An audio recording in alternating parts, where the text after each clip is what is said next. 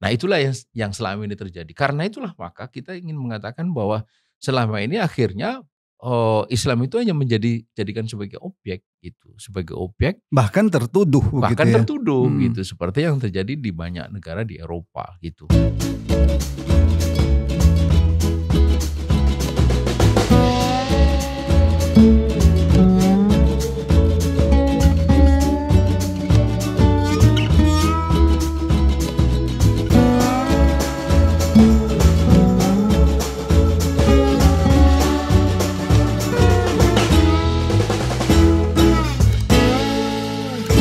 Bismillahirrahmanirrahim. Assalamualaikum warahmatullahi wabarakatuh. Pemirsa yang dirahmati Allah Subhanahu wa taala, kembali kita bertemu dalam program Focus to the Point. Lagi-lagi kali ini kita membahas buku yang menurut saya itu sangat menarik ya, dan banyak informasi penting yang ditulis oleh Ustadz Ismail Yusanto, narasumber kita, Khilafah Jalan Menuju Islam Kafah. Kali ini saya kutip dalam sebuah dialog ya, dalam konferensi internasional Islam and the West, Improving Political Dialogue yang diselenggarakan oleh ICIP bekerjasama dengan Kedutaan Besar Finlandia di Jakarta. Ya, tentu ini beberapa waktu yang lalu ya. Untuk itu kita akan mendiskusikan tentang poin penting dari dialog ini dengan Ustadz Ismail Yusanto. Assalamualaikum Ustadz. Waalaikumsalam warahmatullahi wabarakatuh. Dalam buku ini disebutkan salah makalah Ustadz yang berjudul Dialogue Without Hegemony or Inevitable Clash. Ya, Inevitable Clash. Ya. Yang intinya dikatakan bila harus ada dialog, maka dialog terbaik antara Islam dan Barat adalah dialog tanpa hegemoni. Apa yang Ustadz Ismail, kenapa ide dialog tanpa hegemoni ini muncul dalam pembicaraan dialog antara Islam dan Barat ini? Iya, bismillahirrahmanirrahim. Assalamualaikum warahmatullahi wabarakatuh.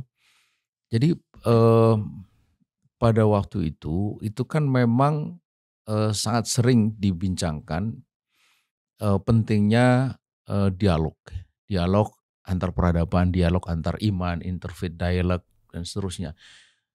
Termasuk juga pentingnya dialog antara Islam dan Eropa, nah, gitu. Karena mereka makin menyadari bahwa Islam itu sesuatu yang tidak bisa diabaikan. Dan forum itu atau seminar itu dihadiri oleh perwakilan dari berbagai kedutaan besar di Jakarta, itu mengamini pentingnya dialog itu. Nah, kemudian ketika tiba sesi saya mengatakan bahwa dialog itu memerlukan kesetaraan gitu. Mengapa? Karena kalau dialog itu dalam posisi yang satu pihak itu terhegemoni, maka yang terjadi bukan dialog, tetapi okupasi, subordinasi yang hegemonik itu, sehingga tidak ada dialog yang akan berlangsung secara sehat. Karena itulah maka kemudian saya mengenalkan istilah dialog without hegemony, sesuatu yang mengagetkan mereka itu.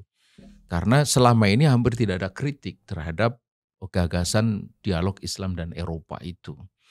Dan tanggapannya luar biasa pada waktu itu, hampir semuanya itu ingin tunjuk jari, ingin menanggapi itu. Dan ternyata memang betul, jadi sebagian dari mereka itu kemudian mengiyakan bahwa memang mestinya itu setara gitu. Nah, yang ada selama ini itu hegemoni itu tampak sekali. Hegemoni itu terlihat dari Islam itu sebagai sebuah agama, tetapi Eropa itu dia adalah negara. Nah, kemudian siapa yang mewakili Islam sebagai agama di situ? Biasanya yang mewakili adalah tokoh agama gitu.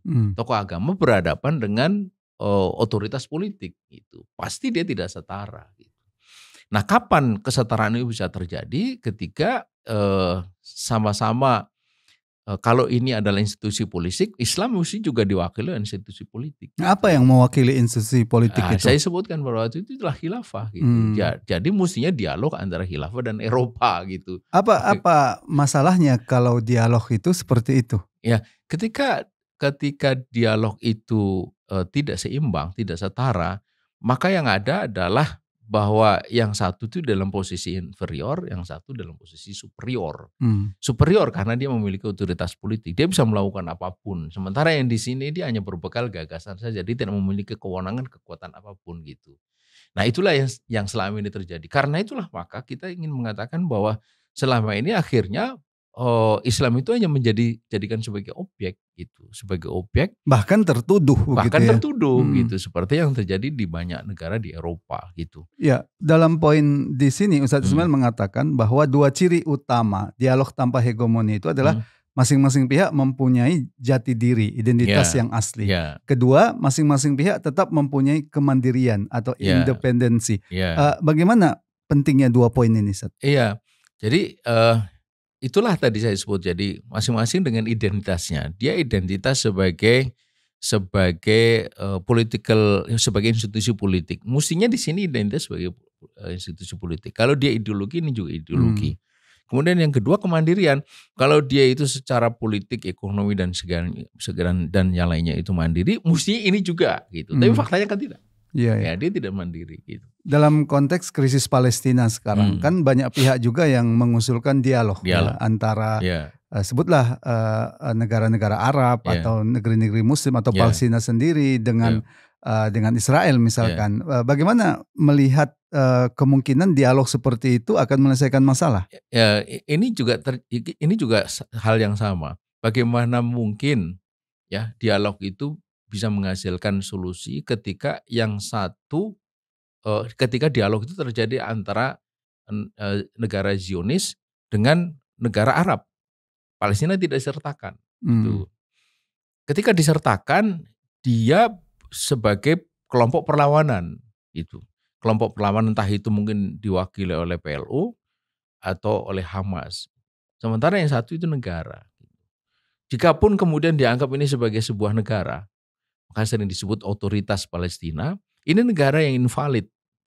Ini dengan seluruh kewenangannya, dia punya tentara, dia punya militer, dia punya senjata segala macam. Di sini jangan lagi punya tentara, punya senjata, pesawat, angkatan bersenjata dia tidak punya. Pesawat itu hanya boleh satu helikopter untuk mengangkut Perdana Menteri di satu tempat ke tempat yang lain. Inilah yang terjadi selama ini. Karena itu tidak akan bisa. Karena ini jelas tidak setara gitu. Karenanya tidak akan menghasilkan solusi. Yang ada adalah hegemoni terus menerus. Dan itulah yang terjadi. Karena itulah kita bisa lihat sekian banyak dialog perdamaian atau perundingan perdamaian itu mulai dari Oslo, mulai dari Madrid, kemudian Camp David, Kairo dan segala macam. Bahkan sudah ditandatangani berulang-ulang. Tetap aja kemudian hasilnya seperti itu. Ya memang banyak pertanyaan bagaimana dialog itu bisa berlangsung ketika entitas penjajah itu masih ada. Iya. Bahkan bukan hanya ada, tapi dia tetap melakukan pembunuhan, pembantaian. Bagaimana mungkin itu bisa terjadi? Ya, disitulah ini kita melihat itu hanya semacam sandiwara akhirnya. Sandiwara untuk buying time, memperpanjang waktu untuk memperkuat satu pihak dan terus memperlemah pihak yang lain.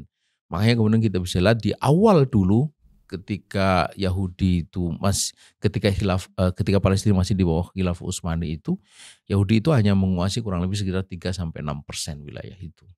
Tapi sini hari ganti Palestina yang tinggal menguasai 15%. Nah, itu kan menunjukkan bahwa yang ada itu sesungguhnya adalah okupasi kemudian penjajahan.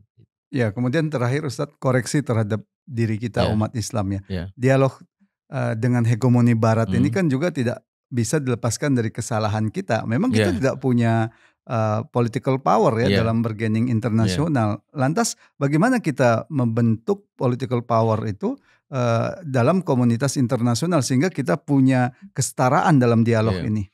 Barat itu tahu persis bahwa umat Islam itu sesungguhnya punya, dan yang dipunyai oleh umat Islam itu sudah tidak ada. Karena itulah seluruh rangkaian upaya pendekatan kepada Islam itu oleh mereka itu adalah sebenarnya upaya prevensi atau pencegahan agar apa yang hilang itu tidak muncul lagi. Nah, ini yang kita mesti tahu gitu.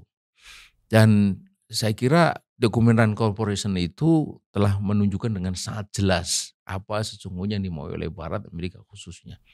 Karena itu kita mesti sadar gitu bahwa nasib umat Islam itu tidak mungkin digantungkan kepada orang lain, diharapkan kepada orang lain. Nasib umat Islam itu ya bergantung pada umat Islam sendiri. Bergantung kepada kesadaran umat, bergantung kepada kekuatan umat dan perjuangan umat. Disitulah pentingnya menumbuh kembangkan kesadaran itu untuk kemudian melahirkan tekad perjuangan sampai akhirnya kemudian mengembalikan lagi apa yang hilang itu, yaitu kekuatan politik yang muncul dari institusi politik yang kita punya itu khilafah. Ya, terima kasih Ustaz Ismail.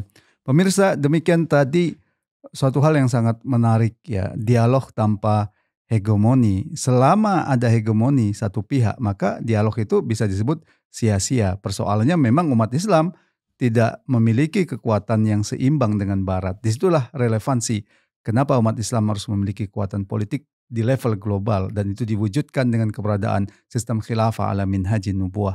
Semoga bermanfaat. Assalamualaikum warahmatullahi wabarakatuh. Waalaikumsalam.